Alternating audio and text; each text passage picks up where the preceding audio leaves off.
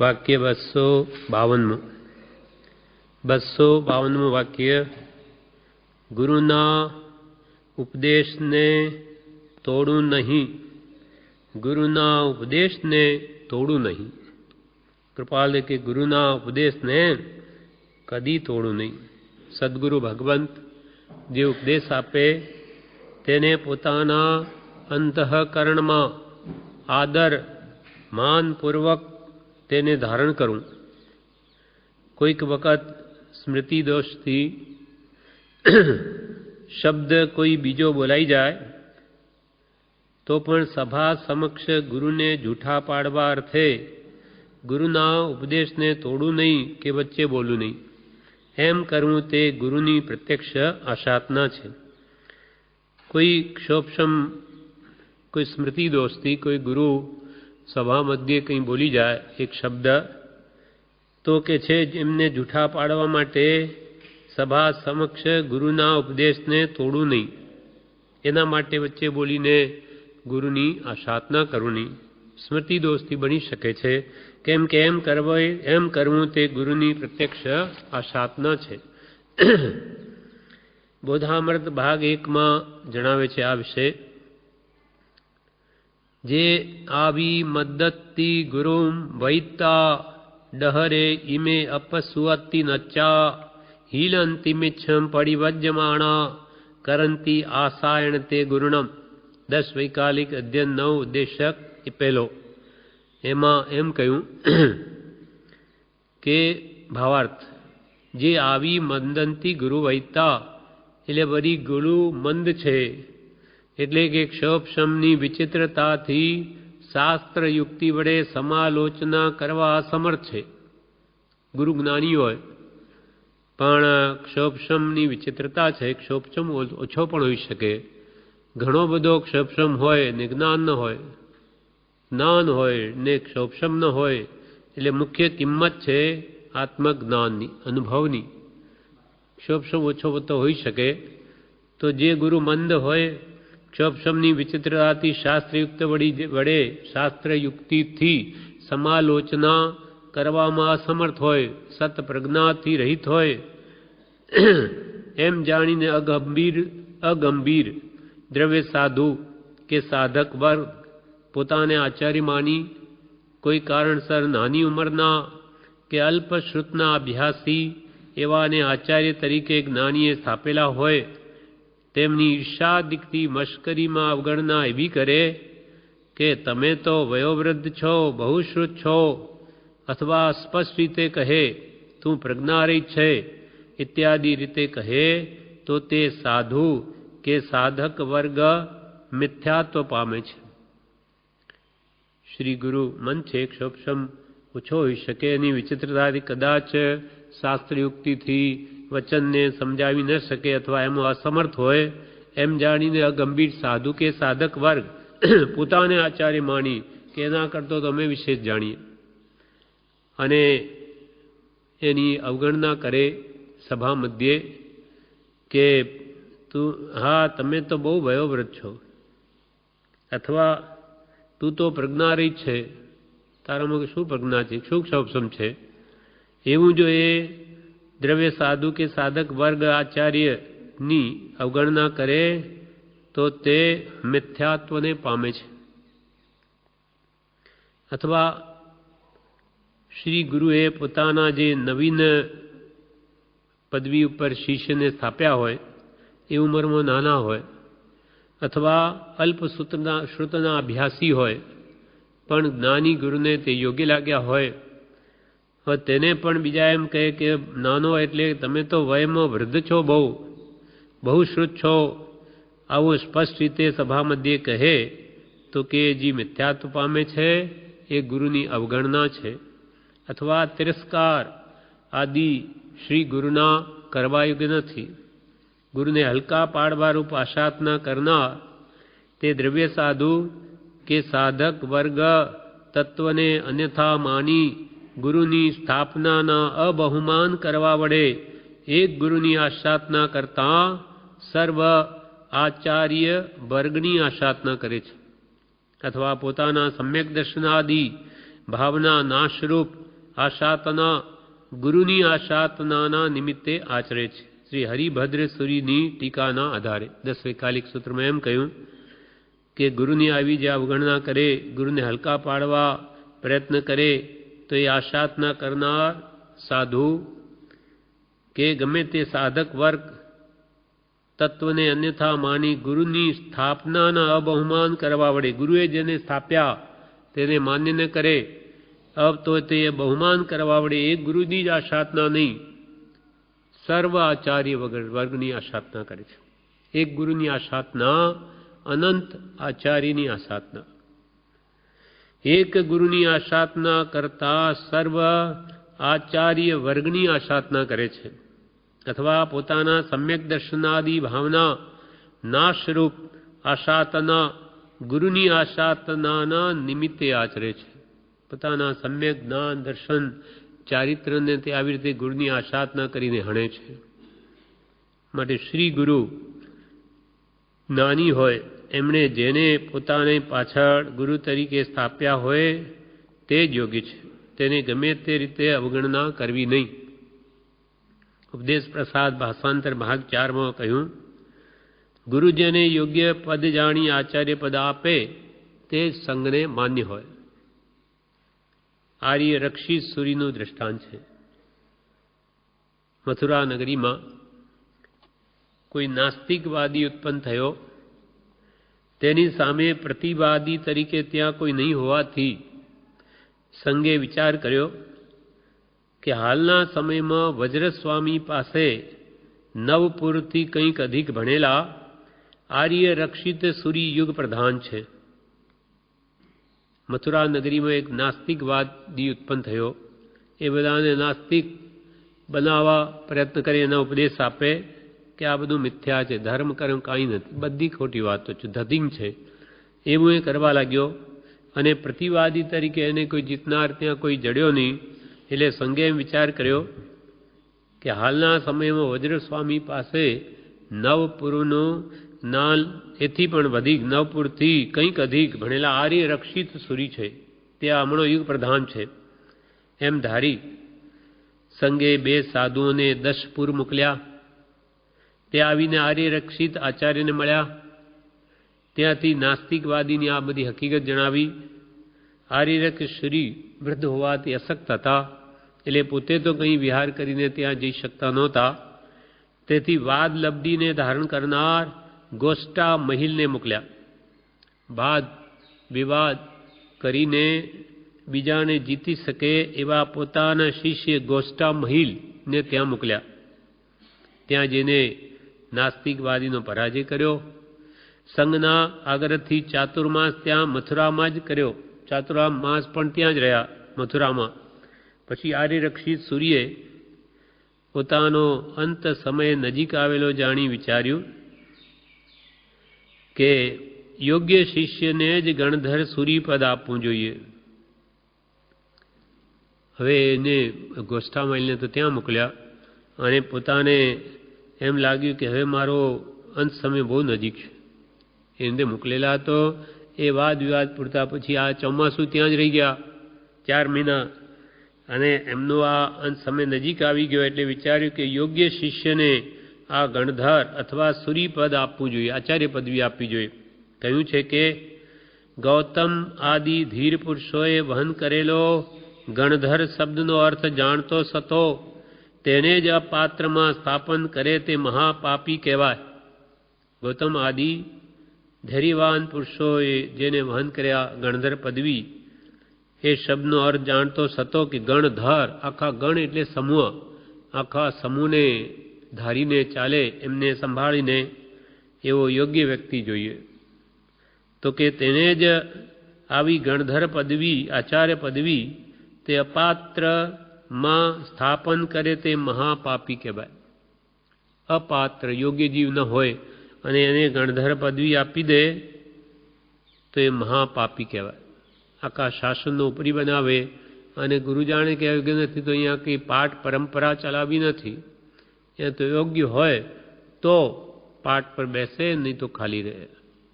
જેમ કે પ્રભુશ્રીજીને કૃપાળુદેવે નવકલમો આપી કે તમારી પાસે કોઈ આવે તો આત્મસાધન માટે આ બતાવું. 3 પાઠ, 7 વ્યસનનો ત્યાગ કરાવો, 7 અભક્ષનો, 5 માળા ગણવાનો ક્રમ બતાવવો, કંદમૂળનો ત્યાગ કરાવો, રાત્રિ ભોજન ત્યાગ કરાવો, શાસ્ત્ર પાઠન કરવાની આજ્ઞા આપવી જે યોગ્ય લાગે તે, અને વળી લીલોતરીનો ત્યાગ કરાવો. આવી બધી મળીને 9 કલમો આજ્ઞા રૂપે આપી જાણે એમને ધર્મ સોંપ્યો. તમારી પાસે કોઈ આત્માર્થ સાધન માગે તો આ પ્રમાણે યોગ્યતા પ્રમાણે તમારે આજ્ઞા કરવી. પછી પ્રવૃત્તિ કરતા. પ્રવૃત્તિ પાસે બ્રહ્મચારી આવ્યા. જે દિવસે આવ્યા તે દિવસે પ્રવૃત્તિ રાયણ તલે બેઠા છે, ભક્તિ ચાલે, આશ્રમ જ આ બધું નહોતું કંઈ. 1977ની વાત છે. 76માં તો આશ્રમ સ્થાપિત થયો ને હજુ કૂવો ખોદાય, 77માં તો આવી ગયા છે. એટલે પ્રભુશ્રીની ભક્તિ પહેલાં રાયણ નીચે જ થતી, કંઈ બીજું કંઈ હતું નહીં, મકાન જ. એટલે ત્યાં આવતા જ પ્રભુશ્રીજી મૂળ માર્ગનું પદ ચાલતું હતું, એમાં સ્વચ્છંદને પ્રતિબંધ એમને પૂછ્યો અર્થ. સ્વચ્છંદનો અર્થ તો કયો કે આપ મેળે સ્વચ્છંદની મરજી પ્રમાણે, પણ પ્રતિબંધનો અર્થ ખબર નહીં પડી, એ પણ પ્રભુશ્રીએ સમજાવ્યો. પણ પ્રથમ દર્શન થતાં જ બ્રહ્મચારીજીને એમ થયું કે પિતાની સેવા તો ન મળી, પણ આ મહાપુરુષની જો સેવા મળે તો જીવન ધન્ય થઈ જાય. કેમ કે બ્રહ્મચારીજીના પિતાશ્રી તો શ્રી કૃષ્ણ ભક્ત હતા. એટલે મથુરાની યાત્રાએ જતા અંતમાં મર્યાદ લઈ આવી, ઘર છોડીને ચાલ્યા ગયેલા. એટલે ત્યાં જ કંઈ તીર્થોમાં એમને દેહ ત્યાગ કર્યો. એટલે કે આવા પિતાની સેવા તો અંતે ન મળી, પણ આ પુરુષની જો સેવા મળે તો મારું જીવન ધન્ય થઈ જાય. પહેલી જ મુલાકાતે એમને એવો ભાવ ઉપજ્યો. પહેલા જ દિવસે બ્રહ્મચારીજીને પ્રભુશ્રી મંત્ર આપે છે, અને ગયા પછી ભગતજી એમની સેવામાં હતા. એમને એમ કે પ્રભુશ્રીજી કે ભગતડા, આજે અમે જેવો મંત્ર આપ્યો છે એવો કોઈને આપ્યો નથી. પ્રભુશ્રીના જ્ઞાને પણ એવું ભાસ્યું, બ્રહ્મચારીના હૃદયમાં પણ એવો ભાવ ઉપજ્યો. પછી તો એ હાઈસ્કૂલમાં હેડમાસ્ટર હતા આણંદ. પછી રોજ સાંજે આવે, સવારે જાય. આવી રીતે બ્રહ્મચારીજી 4 વર્ષ સુધી કર્યું. પછી એમને લાગ્યું કે આ રીતે દહીંમાં ને દૂધમાં પગ બે રખાય નહીં, આ બેમાં ભલીવાર આવતી નથી. એટલે પછી પ્રભુશ્રી જાણે આજ્ઞા થાય કે એમની સેવા તો બધું છોડીને રહી જાઓ. એમના પત્ની મરી ગયેલા 2.5 વર્ષનો એમના બાબુને છોડીને. પછી તો એને પાલન કરતા સસરાની ઘરે રહીને બ્રહ્મચારીજી 4 વર્ષનો એ થયો કે પ્રભુશ્રીની આજ્ઞા થઈ. એમની ભાવના હતી કે પછી એ પુત્રને 22 પેજનો પત્ર લખી પોતાના મોટાભાઈ ઉપર એને સોંપી દે છે. પછી કોઈ દિવસ સામે જોયું નથી. કેટલો વિનયપૂર્વક એમાં લખ્યું છે, તરવાની કેટલી તાલાવેલી એ પત્રથી ખબર પડે. આ છૂટવાની આકાંક્ષા જેની હોય એની એવી ભાવના હોય કે હું મરી ગયો હોત તો એને તમે પાળત કે નહીં, એવી આજીજી પ્રેમપૂર્વક કરી હું અણગાર થવા ઈચ્છું છું, આ જીવનને ધન્ય બનાવવા ઈચ્છું છું. મારે કોઈ કહેવાતા સંત મહંત કે મહાત્મા બનીને ફરવાની ઈચ્છા નથી, પણ આ સત્પુરુષ મળ્યા છે, બસ એમની આજ્ઞા થાય તો એની સેવામાં રહેવા ઈચ્છું છું. એવી રીતે પ્રભુશ્રીની આજ્ઞા થવાથી 81માં છોડી દે છે બધું. પ્રભુશ્રી તો પહેલાંથી કહેતા. એકવાર કલ્યાણજી ભાઈ, માણજી શેઠ અને બીજા બી હતા. ત્યારે પ્રભુશ્રી કહે, પ્રભુ એક બ્રહ્મચારી અમારી સેવામાં આવશે જે 11 વર્ષ રહેશે, જમના મૈયા એની આણે માગ આપે તેવો હશે. તેમાં બરોબર 11 વર્ષ અમારી સેવામાં રહેશે એમ બ્રહ્મચારી પ્રભુશ્રી કહેલું. તો 81માં આવીને રહ્યા. 92માં પુરુષનો દેહ છૂટ્યો. બરોબર 11 વર્ષ એમની સેવામાં રહ્યા. અને આવી રીતે ધર્મ એમને પ્રભુશ્રીએ ઘડ્યા છે. 11 વર્ષ પોતાની સેવામાં રાખીને એ જ આજ્ઞા આપે, એ જ મંત્ર આપે, સમજાવે. અને જ્યારે પુરુષનો દેહ છૂટ્યો એના પહેલાં 18 દિવસ પહેલાં સભા મધ્યે બધાને કહે કે આ આશ્રમ ટ્રસ્ટીઓને સોંપું છું ને ધર્મ આ બ્રહ્મચારીને સોંપું છું. મુખ્ય બ્રહ્મચારી સોંપણી. ત્યાં સોંપણી થાય. ખાનગીમાં પણ પ્રભુશ્રી બ્રહ્મચારીજીને કહ્યું કે કૃપાલદેવ આગળ જવું, એમની શરણાએ આજ્ઞા માન્ય કરાવવી, તને ધર્મ સોંપું છું, તને ધર્મ સોંપું છું. ધર્મ એ વસ્તુ બહુ ગુપ્ત રહી છે. તે બાહ્ય સંશોધનથી મળવાની નથી, અપૂર્વ અંતર સંશોધનથી તે પ્રાપ્ત થાય છે. તે અંતર સંશોધન કોઈક મહાભાગ્ય સદગુરુ અનુગ્રહ પામે છે. એવો જે આત્મધર્મ, તેની સોંપણી પ્રભુ શ્રીજીએ બ્રહ્મચારીજીને કરી, પણ બ્રહ્મચારીજીએ કોઈને નહીં કરી. તો આજે કોઈ નથી. એ ગયાને 50 વર્ષ થઈ ગયા. કેમ કે યોગ્ય જીવ આજ દિવસ સુધી એવો નથી. જેને બ્રહ્મચારીજીને જોયા એને ખબર હોય કે એક પણ જીવ એવી યોગ્યતાવાળો આજે નથી દેખાતો. 50 વર્ષ થઈ ગયા. એ વાત જ જુદી છે. જ્ઞાની હોય તો ખબર પડે કે આ જ્ઞાનીના લક્ષણ. એમ પાઠ ખાલી છે પણ કોઈ નહીં. કોઈએ પૂછ્યું કે આપના પછી, બ્રહ્મચારીને પૂછ્યું કે આપના પછી કોણ? તો બ્રહ્મચારીજી જવાબ આપે કે જગાનો દેવ જાગશે, જે થવાનું હશે તે થશે.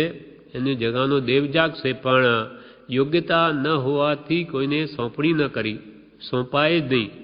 પણ જે ગુરુ સોંપે એને બીજા માન્ય ન કરે તો કે જે એક ગુરુની જ નહીં, સર્વ જ્ઞાની ભગવંતોની આસાધના કરે છે. પ્રભુશ્રી બ્રહ્મચારીજીને સોંપ્યા, આપણે એમ નહીં માનીએ તો આપણે પ્રભુશ્રીજીને નથી માનતા. કેમ કે એમની આજ્ઞા છે, એમણે સોંપ્યા છે. બ્રહ્મચારીજીએ કોઈને નથી સોંપ્યું એટલે ત્યાં માર્ગ અટકી પડે છે. અર્થાત કોઈને માનવાપણું રહેતું નથી. એટલે આપણા માટે પરમ કૃપાળુ દેવ એ ગુરુ છે, ગુરુસ્થાને છે. પ્રભુશ્રીજી ગુરુ થયા નથી, બ્રહ્મચારીજી થયા નથી. એ તો કે અમારા ગુરુ એ તમારા ગુરુ. અમે પ્રભુ ગુરુ થતા નથી. અમે ગુરુ બતાવી દઈએ છીએ. અમારા ગુરુ તે જ તમારા ગુરુ. એક કૃપાળુ દેવને જ ગુરુ માનવાની આપણને આજ્ઞા કરી છે. પોતે તો ઉપકારી, ઉપકારીનો ઉપકાર લોકો નહીં એમ કહ્યું. ઉપકારી તો ઘણા બધા હોય, પણ આ તો પરમાર્થનો ઉપકાર છે કે જે આપણને પરમ કૃપાળુ દેવનો આશય, અંતર આશય, એ પોતે આખી જિંદગી એને પરમાત્મા તુલ્ય માણીને એમની ભજના કરી છે. એટલે શુદ્ધ અંતઃકરણમાંથી આ નીકળ્યા છે વચનો. એટલે આપણે પરમ કૃપાળુ દેવના વચનોને શુદ્ધ રીતે એ સમજાવે છે. જ્ઞાનીની વાણીને જ્ઞાની સમજાવી શકે. બીજા કોઈ અજ્ઞાનીઓ આપણા જેવા સ્વમતી કલ્પનાથી કૃપાળુ દેવના વચનોનો અર્થ કરતા હોય તો એ સાંભળવા જેવા પણ નથી. કૃપાલે તો અહીંયા સુધી કહ્યું, આધુનિક મુનિઓના સૂત્રાર્થ પણ શ્રવણને અનુકૂળ નથી. જ્યાં જ્ઞાન નથી એ જ્ઞાનીના વચનોનો ભાવ શું સમજાવે? એટલે આ બધું આપણે વાંચીએ છીએ તે પ્રભુ શ્રી બ્રહ્મચારીજીનું શા માટે વાંચીએ? કે એ જ કૃપાળુ દેવનું હૃદય શું છે સમજાવી શકે. ભગવાન મહાવીરનું હૃદય શું હતું તે કૃપાળુ દેવે જાણ્યું, પણ કૃપાળુ દેવનું હૃદય તો આવા જ્ઞાની પુરુષો એ જ જાણી શકે, બીજા નહીં.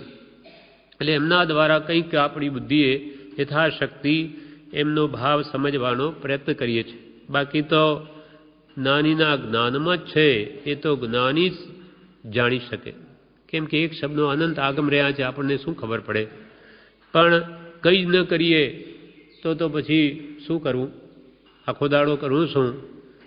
તો કૃપાલને કે પ્રભુશ્રી પણ કહ્યું કે કૃપાલના વચનો તમે વાંચો, વિચારો, એ સત્સંગ જ છે. વાંચો, વિચારો, એના અર્થ સમજવા પ્રયત્ન કરો. સવળો અર્થ લો, આત્માર્થે. કોઈ પણ સાંસારિક અર્થ લેવો નહીં. એક શબ્દમાં અનંત આગમ અનેક અર્થ થઈ શકે, પણ જે અર્થ વડે આપણો આત્મા ઊંચો આવે તેવો અર્થ લેવો. એટલે હવે અહીંયા શું થયું? આ ગોષ્ઠા માઇલને આજ આર્યરક્ષી સૂર્યે ત્યાં મોકલ્યા. તે ત્યાં ચોમાસું રહ્યા, એમનો અંત સમય આવ્યો. હવે ગુરુ પદવી કોને આપી? એટલે આચાર્ય પદને યોગ્ય તો દુર્બલિકા પુષ્પમિત્ર મુનિ છે. આચાર્યને તો એમ લાગ્યું કે દુર્બલિકા પુષ્પમિત્ર જેનું નામ છે એ મુનિ જ આચાર્ય પદને યોગી છે. સર્વ સાધુઓ મારા મામા ગોષ્ઠા મહિલને અથવા મારા ભાઈ ફાલ્ગુન રક્ષિતને ઈચ્છે છે.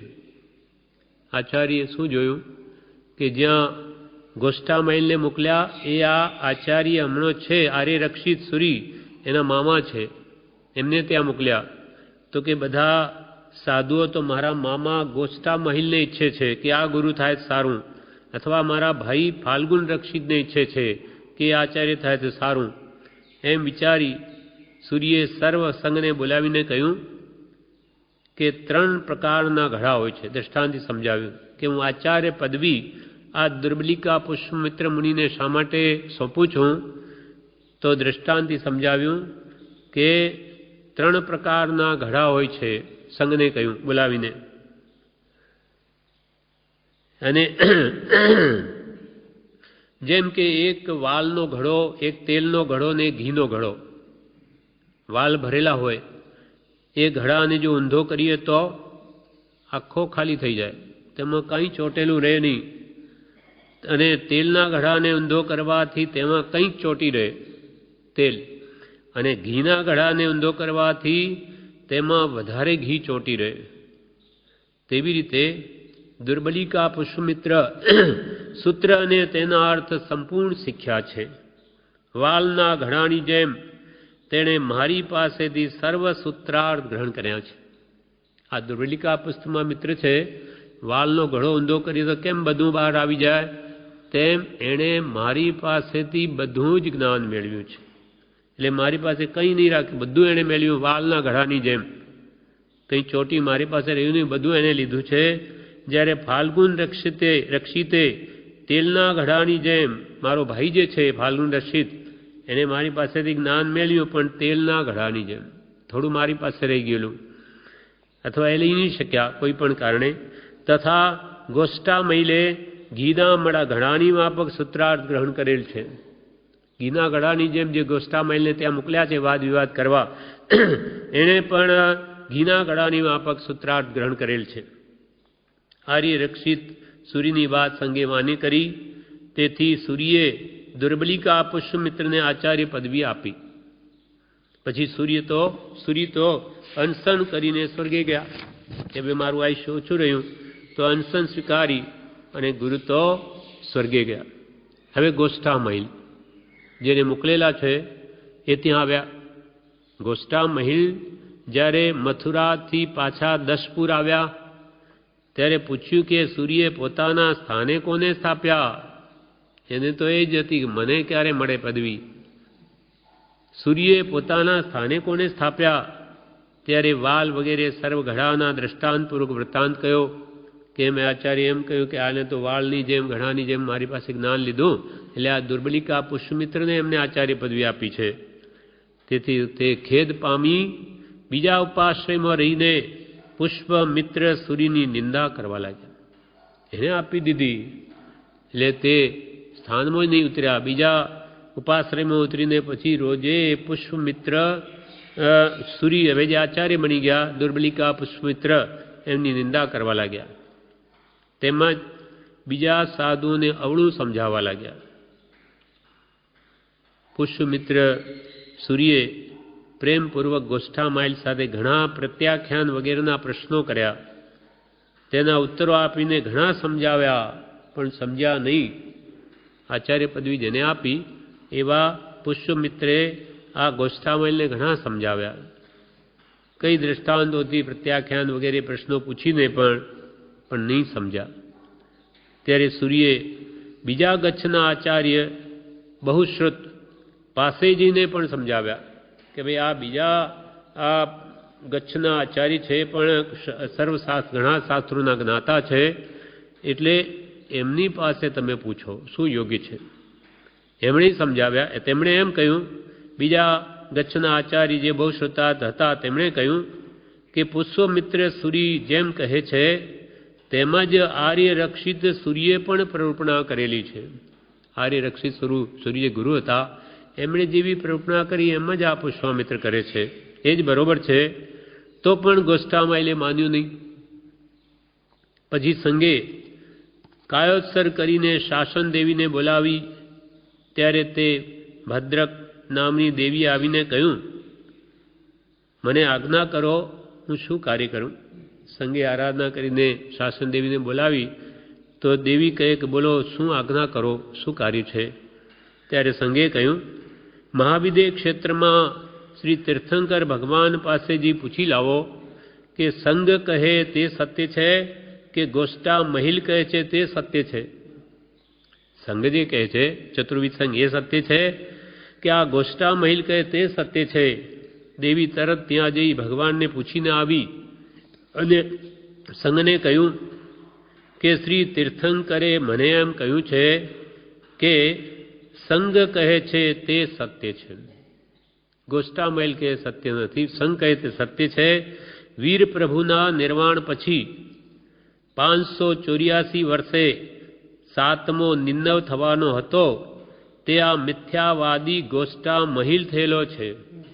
ભગવાન તો એમ કહ્યું છે ત્યાં કે ભગવાન મહાવીરના નિર્વાણ પછી 584 વર્ષે 7મો નિન્નવ થશે, ત્યાં ગોષ્ઠામહિલ છે, મિથ્યાવાદી. નહીં તો બીજાને આચાર્ય પદ આપી તો એમાં એનું દુઃખ શું? જો આરાધના કરવી હોય, મારા ગુરુએ કર્યું તો સત્ય છે, પણ વિરાધક હોય તેને આવું સૂજે. તે બધી વાત સાંભળીને ગોષ્ઠામહિલ બોલ્યો. આ દેવીએ કહી બધી પણ વાત સાંભળી તે ગોષ્ઠામહિલ કહે, આ બિચારી અલ્પ રિદ્ધિવાળી દેવી, તેની મહાવિદેયમાં જવાની શક્તિ જ ક્યાંથી હોય? આ વળી કે મહાવિદેયમાં જઈને આવી ગઈ, એની શક્તિ ક્યાંથી હોય? ક્યાં જઈને આવે ત્યાંથી? એમ કહી તેણે તે વાત માન્ય નહીં કરી. તેથી સંઘે તેને ગચ્છ બહાર કરી દીધો. આમ ગુરુના ઉપદેશને તોડવું નહીં, પણ માન્ય કરવું. ગુરુ જેને સ્થાપે, ગુરુ જે કહે તેને જ માનવું, પોતાની બુદ્ધિને આગળ કરવું નહીં. આમ 252 વાક્ય ગુરુના ઉપદેશને તોડવું નહીં. હવે 253 વાક્ય ગુરુનો અવિનય કરવું નહીં. સદગુરુ ભગવાન જે કહે તે મારા હિતને માટે જ હોય એમ મનમાં રાખી ગુરુનો અવિનય કરવું નહીં. મારા દોષો દૂર કરવા ગુરુ વઢે ત્યારે પણ પોતાના મનમાં વિચારું કે મારા હિતને માટે ગુરુને કેટલી તકલીફ વેઠવી પડે છે, એમ પોતાનો જ દોષ જોઉં કે હું એવો દુષ્ટ અથવા દોષી, ત્યારે ગુરુને મને વળવું પડે, મારા માટે ગુરુને કેટલી તકલીફ પડે છે. એમ ગુરુનો ગુણ જોઉં, પણ દોષ નહીં જોઉં કે આ ગુરુ થઈને મને વળે, પણ તારા લક્ષણ જેવા છે અને સુધારવો છે, ગુરુ શું કરે? એના ઉપર એક ઘડાનું દ્રષ્ટાંત છે કે અંશ શાતાથી કરીને પૂર્ણ સમાધિનું કારણ એક સત્પુરુષ જ છે. ઘડો આપણને ઉપદેશ આપે છે કે કુંભાર મને પ્રથમ માટીની ખાણમાંથી ખોદીને લાવ્યો.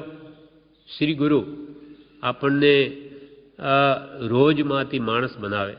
જંગલનું રોજ હોય કંઈ ન જાણે તેમ પરમાર્થમાં આપણે મીંડું અથવા અનંત વાર અનંત સાધન કર્યા છતાં કંઈ પ્રાપ્તિ ન થઈ, તો સાચા સદગુરુ આપણને ભગવાન બનાવે છે, ત્યાં સુધી લઈ જાય. જો ગુરુનો અવિનય કરે નહીં તો. ગુરુનો અવિનય કરવું નહીં, કેમ કે ઘડો આપણને શું શિક્ષા આપે? તે કુંભાર મને પહેલાં તો પ્રથમ માટીની ખાણમાંથી ખોદીને લાવે, પછી પાણીથી પલાળે, પછી ચોળીને મારો પિંડ બનાવે, પિંડ બનાવીને પછી ચાક ઉપર ચઢાવે, પછી દંડ વડે ટીપીને મને ઘડાનો ઘાટ આપે. પછી દંડ વડે આમ ઠોકી પેલા ઘડા પેલા દંડ ઉપર ફરે છે ચાક ઉપર, અને મને ગોળ આકાર આપે. ત્યારબાદ તડકે સૂકવી દઈ અગ્નિના ભઠ્ઠામાં મને પકાવ્યો. ત્યારે આજે લોકોને ઠંડક આપે એવું પાણી ભરવાને હું લાયક બન્યો છું. આટલી બધી શ્રી ગુરુએ અથવા કુંભારે એટલી બધી મહેનત કરી, ત્યારે હું આજ આ સ્થિતિમાં આવ્યો છું.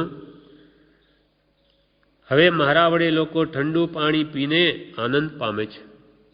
તેમ સદગુરુ ભગવાન પણ મને સારણ, વારણ, ચોયણ અને પડી ચોયણ વડે ઘડીને તૈયાર કરે છે. માટે ગુરુનો અવિનય કદી કરું નહીં. સારણ એટલે શું? તો કે પ્રમાદને કારણે ધર્મ ભૂલી જતા હોઈએ તો એ શ્રી ગુરુ સંભાળી આપે. જેમ બ્રહ્મચારીનું જોયું, આપણે આવ્યા હોઈએ, એમની પાસે ગયા હોય તો પૂછે શું કરો છો? તો કે પ્રભુ કંઈ નહીં. તો કે આ વાંચવા જેવું છે, આ વાંચજો. અથવા આ પત્ર મોઢે કરવા જેવો છે, કરજો. કોઈને શાસ્ત્ર, કોઈને કથા, કોઈને મોક્ષમાળા, કોઈને આઠ દ્રષ્ટિ આપે, આમ બધાના પલાખ હાલે, બધાની સંભાળ લે. પાછા આવીએ ત્યારે આપણે તો એક જ છે, પણ એને તો કેટલા છે? થોડું બધાને પૂછે, શું પેલો પત્ર યાદ થઈ ગયો? પુસ્તક વંચાયું? ક્યાં સુધી વંચાયું? મોડે થઈ ગયું? આમ બધાનું એમને યાદ રહે. એમ સારણ એટલે પ્રમાદને કારણે ધર્મ ભૂલી જતા હોય તો સંભાળી આપે. વારણ, ચારણ, વાયણ, ચોયણ ને પડી ચોયણ. વારણ એટલે અનાચારમાં પ્રવર્તા વારે, કે આ કરવા યોગ્ય નથી, અનાચાર છે, આચારથી બહાર કદી ન જવું. ગ્રસ્તના આચાર, મુનિના આચાર, બ્રહ્મચારીના આચાર, એ નિયમોથી બહાર કદી પગ ન મૂકવો. એમ આપણે વારણ, વારે, અસત માર્ગમાં જતા વારે. પણ એમની આજ્ઞા વિનય સહિત આરાધીએ તો લાભ થાય, પણ એ આજ્ઞાનું ઉલ્લંઘન કરીએ તો પતન થાય. વારણ એટલે અનાચારમાં પ્રવર્તા વારે. ચોયણ એટલે ધર્મથી ભ્રષ્ટ થવારૂપ અકાર્યનું માઠું ફળ સમજાવવું, કે તમે આ ધર્મથી ભ્રષ્ટ થઈને આવું કામ કરો છો, એનું કેવું ભયંકર ફળ આપશે. નરક નિગોદાદિના ગતિમાં અનંત કાળ સુધી ભટકવું પડશે, અસંખ્યાત વર્ષો સુધી. ત્યાં તમારી કોણ સંભાળ લેશે? અહીંયા તમે મોટા મહાત્મા બનીને 5-25 વર્ષ તમે કાઢી શકો, પછી ક્યાં જશો? તો આવું અંદર બીજું બહાર બીજું શું કામ રાખો? જે કોઈ સત્ય રીતે વર્તો, અસદગુરુ થઈને શું કામ વિનયનો લાભ લો? એટલે અહીંયા અલ્પ નજીવા સમય માટે આવા માઠા કાર્ય કરીને ધર્મથી ભ્રષ્ટ થઈ ને દુનિયાની આંખમાં આ અમે મહાત્મા છે એમ કહેવડાવું એ મહાદોષ છે. એમ ગુરુ ચોયણ એટલે ધર્મથી ભ્રષ્ટ થવારૂપ અકાર્યનું માઠું પણ સમજાવે. તથા પડી ચોયન છતાં પણ કોઈ ન માને તો નિષ્ઠુર થયેલાને ધિક્કાર આપવા વડે સમજાવી તેનું હિત કરે. જા, નીકળી જા, મારા સંગમાં તું રહેવું નહીં, નીકળી જા, એમ કરીને કાઢીએ મૂકે. એની દીક્ષા છેદી નાખે કેટલાય વર્ષોની, ભલે 80 વર્ષનો હોય ને 40 વર્ષની દીક્ષા છેદી નાખી હોય, તો એના પહેલાં જે દીક્ષા લીધી હોય એના પછી તો એને બાળક નાનો હોય તો એને નમવું પડે. 80 વર્ષના હોય તો દીક્ષા પર્યાય જેનો મોટો તે મોટો ગણાય. એમ આવા અપરાધ હોય તો થયા હોય તો નિષ્ઠુર થયેલાને ધિક્કાર આપવા વડે સમજાવે અને એનું હિત કરે. તેમ શ્રી ગુરુ શિષ્યને ઘડીને એવો તૈયાર કરે કે તે ઘણા લોકોને સતમાર્ગમાં વાળવા સમર્થ. જેમ ઘણાને કુંભારે ઘડ્યો તો એ ઠંડુ પાણી પીવાને લાયક થયો, તેમ શ્રી ગુરુ આ જીવને ઘડીને એવો તૈયાર કરે કે ઘણા લોકોને તે સતમાર્ગમાં વાળવા સમર્થ થાય. તથા શ્રી ગુરુનું નામ દીપાવી સદ્ધર્મની પ્રભાવના કરે. શ્રીમદ રાજચંદ્ર પ્રભુએ શ્રીમદ લઘુરાજ સ્વામીને ઘડીને એવા તૈયાર કર્યા કે તેમની છત્રછાયામાં તે વખતે અથવા તેમની આજ્ઞાનુસાર આજે પણ ભક્તિક્રમ આરાધી ભવ્ય જીવો આજે પણ પોતાનું આ કલ્યાણ સાધી રહ્યા છે. કૃપાલ દેવે તો આ ભક્તિનો ક્રમ આપણો છે એ પર્યુષણ પર્વ માટે 945માં પત્રમાં યોજ્યો છે, પણ પ્રભુશ્રીએ તો કાયમને માટે આ ગોઠવી દીધો. કાયમની પર્યુષણ 12 માસ એ જ ક્રમ પ્રભુશ્રી અહીંયા આખી જિંદગી બધા એ ભાવમાં જ રહે એવી યોજના કરી લીધી. તો એમની છત્રછાયામાં કે તેમની આજ્ઞા અનુસાર આજે ભક્તિક્રમ આરાધી ભવ્યો આજે પણ પોતાનું કલ્યાણ સાધી રહ્યા છે. તેમ પૂજ્ય શ્રી બ્રહ્મચારીને પણ પરમ પૂજ્ય પ્રભુશ્રીજીએ 11 વર્ષ ઘડીને તૈયાર કર્યા હતા. 11 બસ રાત દિવસ એમની સેવામાં રહ્યા છે બ્રહ્મચારીજી. પ્રભુશ્રી જ્યાં હોય ત્યાં હોય જ. જેમ આપણે જઈએ ત્યાં છાંયડો આપણી સાથે જ આવે, તેમ જ્યાં પ્રભુશ્રી ત્યાં બ્રહ્મચારીજી. રાત્રે પ્રભુશ્રી આરામ કરે નહીં, એના પહેલાં તો પોતે સૂએ પણ નહીં. પ્રભુશ્રી પણ 11-12 વાગ્યા પછી આરામ કરે અને પાછા 3 વાગે તો ઉઠી જાય. તો એમને 12 વાગ્યા પછી આરામનો સમય મળે તેમાં પાછા પ્રભુશ્રી પર જે પત્રો આવ્યા હોય એના ઉત્તરો લખવાના. દિવસે તો ટાઈમ નથી, ભક્તિ ને આ મોક્ષોના અનેક પ્રશ્નો સમાધાનથી, એટલે રાત્રે પછી 12 થી 3 ઉત્તર લખે. પ્રભુશ્રી પર આવેલા પત્રોના. અને ક્યારે સૂતા હશે, પાછા પ્રભુશ્રી 3 વાગે ઉઠે એના પહેલાં તો ઉઠી જાય. અને ગોમઠ સાર જેવા ગહન ગ્રંથો પ્રભુશ્રીને ત્યાં રાત્રે 3 વાગે વંચાય. ત્યાં બધા ભેગા થાય. 80 વર્ષની ડોસીમાં આવે. માણેક ડોસી ત્યાં આવતા પ્રભુશ્રી એકવાર કે બીજા કે પ્રભુ આ માજી માણેક ડોસીમાં શું સમજતા હશે, આવા ગહન ગ્રંથો કર્મગ્રંથ આપણને નથી સમજાતા તો એ શું સમજતા હશે. ત્યારે પ્રભુશ્રી કે પ્રભુ આ મહાપુરુષના વચનોને સાંભળવાનો જે ભાવ કરે છે, ભાવ કરીને ઘરથી નીકળે ત્યારથી પ્રભુ ડગલે ડગલે જગનનું ફળ છે. ડગલે ડગલે જગન. ભાવ શું છે કે ત્યાં કોઈ મહાન વસ્તુ વંચાય છે, મહાપુરુષો કંઈ અજબ ગજબ છે એવો ભાવ જ કરે છે. ભાવનું ફળ તો કેવું આવ્યું? કુંદકુંદાચાર્ય થયા, આગલા ભાવમાં તો ભરવાડ. પણ એક શાસ્ત્ર, આ કોઈ મહાન શાસ્ત્ર છે, એની પૂજા કરે, ધૂપ કરે, નમસ્કાર કરે, અને કોઈ મહાત્મા આવ્યા એમનો ભાવ ભક્તિથી ભરાવી દીધું.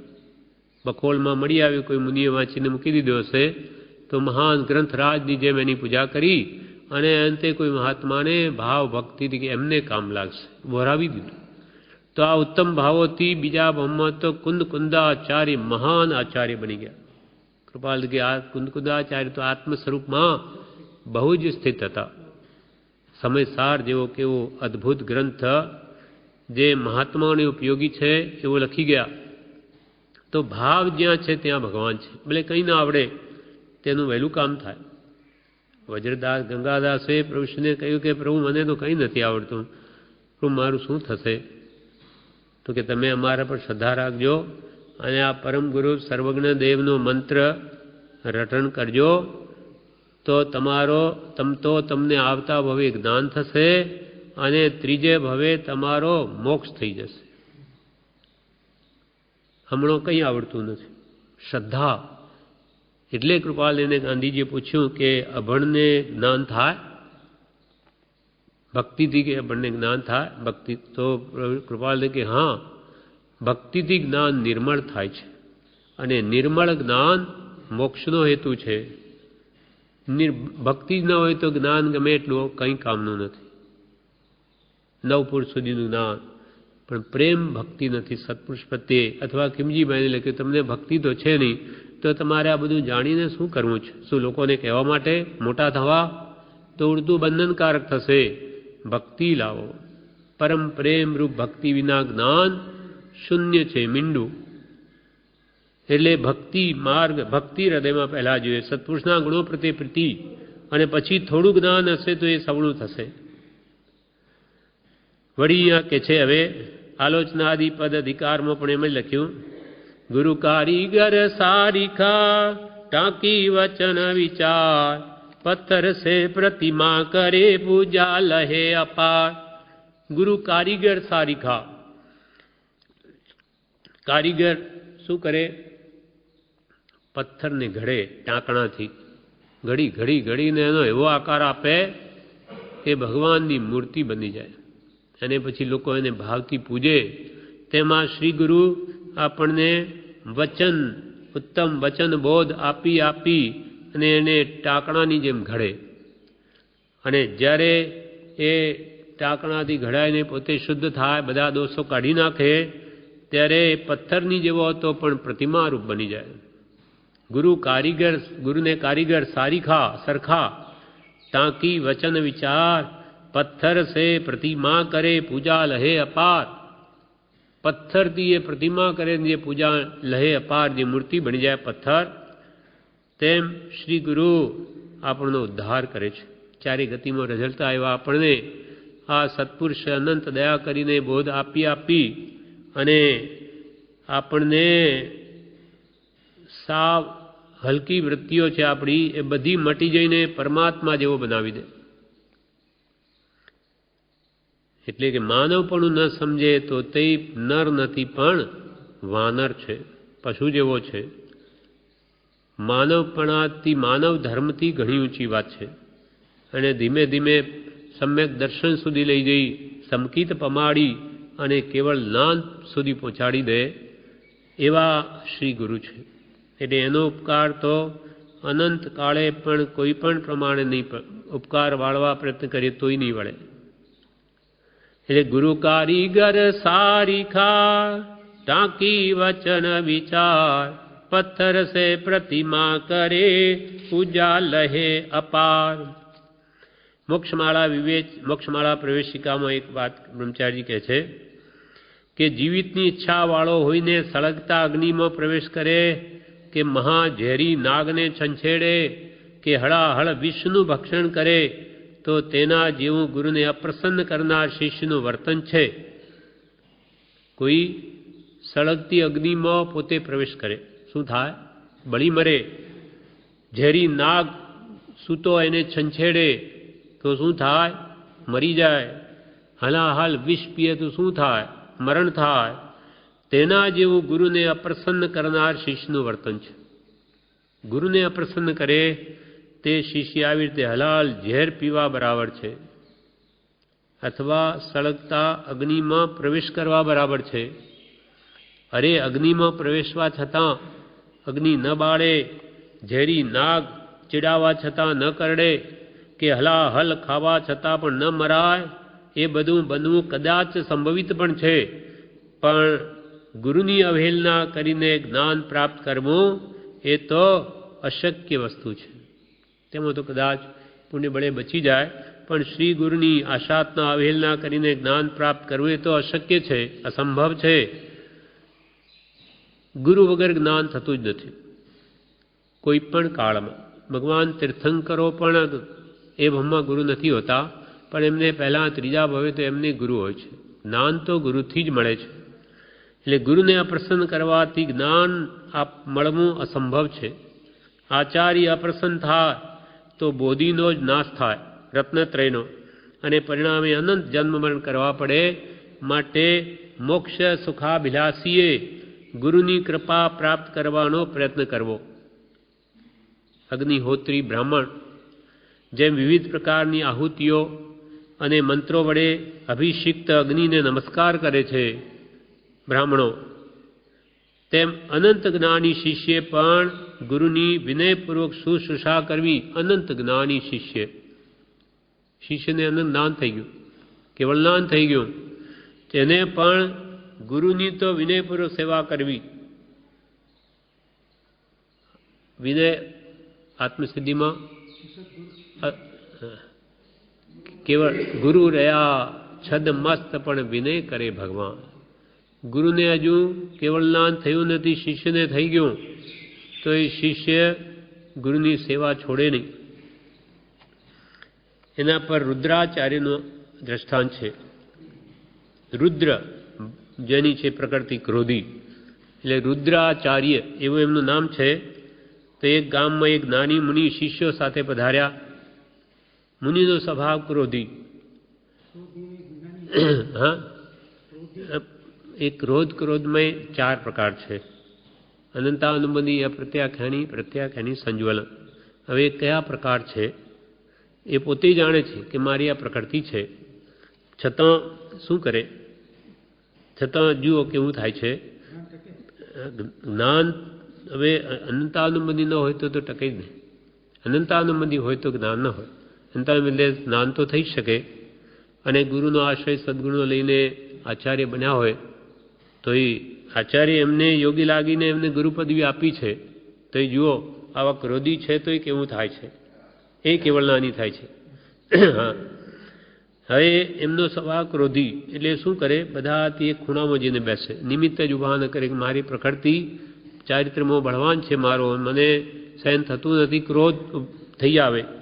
એટલે એવા નિમિત્ત બને તે માટે દૂર ઝાડની નીચે જઈને બેઠા. હવે સાંજના હાથે મિંડન બાળેલો એક યુવાન પરણીને મિત્રો સાથે મુનિના દર્શનાર્થે આવ્યો. મિત્રો મશ્કરા હોવાથી સાધુને કહે, એને દીક્ષા આપો મહારાજ. મસ્કરી કરી કે આ પરણીને આવે એને દીક્ષા આપો હમણાં. ત્યારે સાધુ એક પછી એમ કરતાં કરતાં તેમની પાસે જાઓ, એમની પાસે જાઓ, એમ કરતાં ઠેઠ આચાર્ય પાસે પહોંચી ગયા. ત્યાં પણ એ જ મશ્કરાઓ, મહારાજ એને દીક્ષા આપો. એમ ખૂબ આગ્રહ કર્યો ત્યારે ગુરુ તો ક્રોધે ભરાયા, એટલે તેમણે પેલા નવીન પરણેલાને પકડીને વાળ ખેંચીને મુનિ બનાવી દીધો. ત્યારે મિત્રો તો ભાગી ગયા, રે કે આ તો સાચે એને મુનિ બનાવી દીધો. પછી નવીન પરણેલાએ પણ મારા પર મહારાજે મોટી કૃપા કરી. એ કંઈ પૂર્વનો સંસ્કારી, હો મને તો આ શ્રી ગુરુ મહારાજે મને તો દીક્ષા આપી, મારા ભાગી ખીલ્યા, એને એવું લીધું સાવળું. એમ માનીને ગુરુજીને જણાવ્યું કે ગુરુજી, હવે આપણે અહીંથી વિહાર કરવો ઉચિત છે, નહીં તો પરીક્ષા પડશે. હમણાં અમારા ઘરના આવશે, તમને તકલીફ પડશે. માટે જો અહીંયા વિહાર કરવો યોગ્ય છે ને આપનાથી ન ચલાય તો મારા ખભે હું બેસાડી દઈશ, પણ અહીંયાથી આપણે વિહાર કરો. એમ નક્કી કરી ખભે ઉપાડી પર્વત તરફ ચાલી નીકળ્યા. સાંજનો સમય નીકળ્યો, રાત હવે પડવાની છે. રાત પડી ગઈ, જમીન પૂરી દેખાતી નથી. ખાડા પથરા વગેરેને લીધે પગ ખસે, હેલકારો આવે. ત્યારે ગુરુજી તેના લોચ કરેલા માથામાં મારે, પણ શિષ્ય મનમાં ગુરુના દોષ જોતા નથી. શિષ્યને શું થાય છે કે કે કેવો હું અભાગ્યો કે મારે લીધે આ મારા ગુરુને વિહાર કરવો પડે છે. આ એમની વૃદ્ધાવસ્થા અને આવી અડચણ એમને વેઠવી પડે. ગુરુ તેના ઉપર ક્રોધ કરે કે શું દેખાતું નથી, નીચે દેખાતું નથી. પેલો ખાડા ટેકરા એટલે શું કરે, દેખાતું નથી, એમ કેમ ચાલે છે.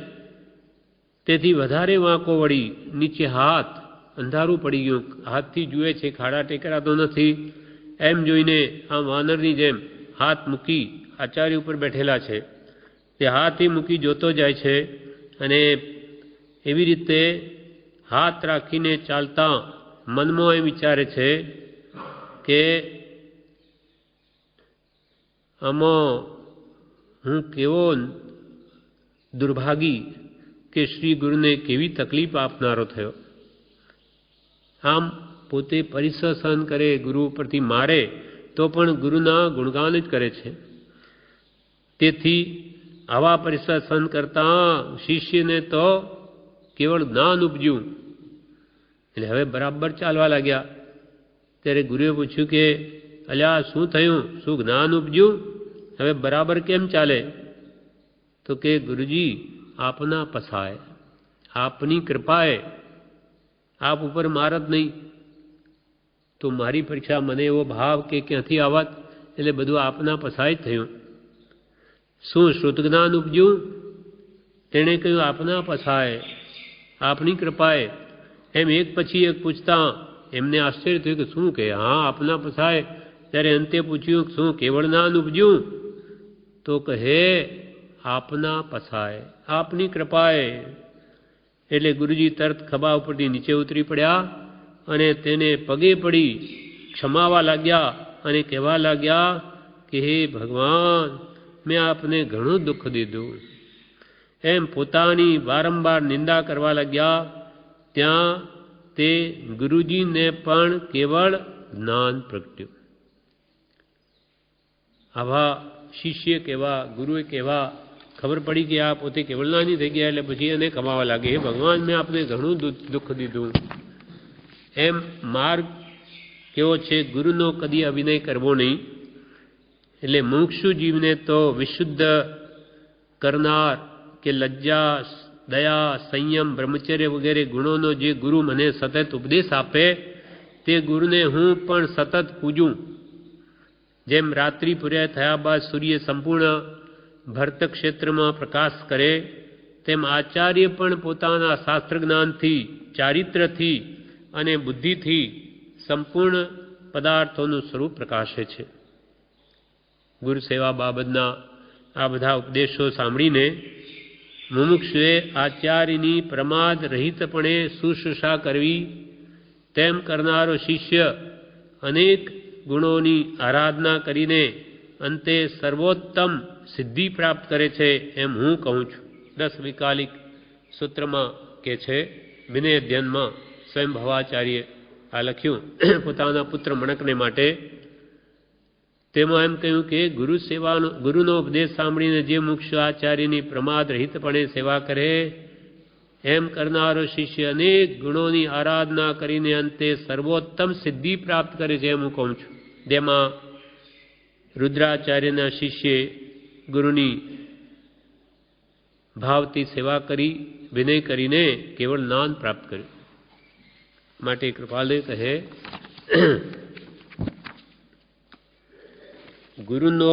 ગુરુના ઉપદેશને તોડવું નહીં અને 253 વાક્ય ગુરુનો અવિનય કરવું નહીં. ગુરુનો કદી અવિનય કરવું નહીં. આ પ્રમાણે 253 વાક્ય પૂરું થયું. હવે વાક્ય 254 જે આપણે આવતીકાલે લઈશું.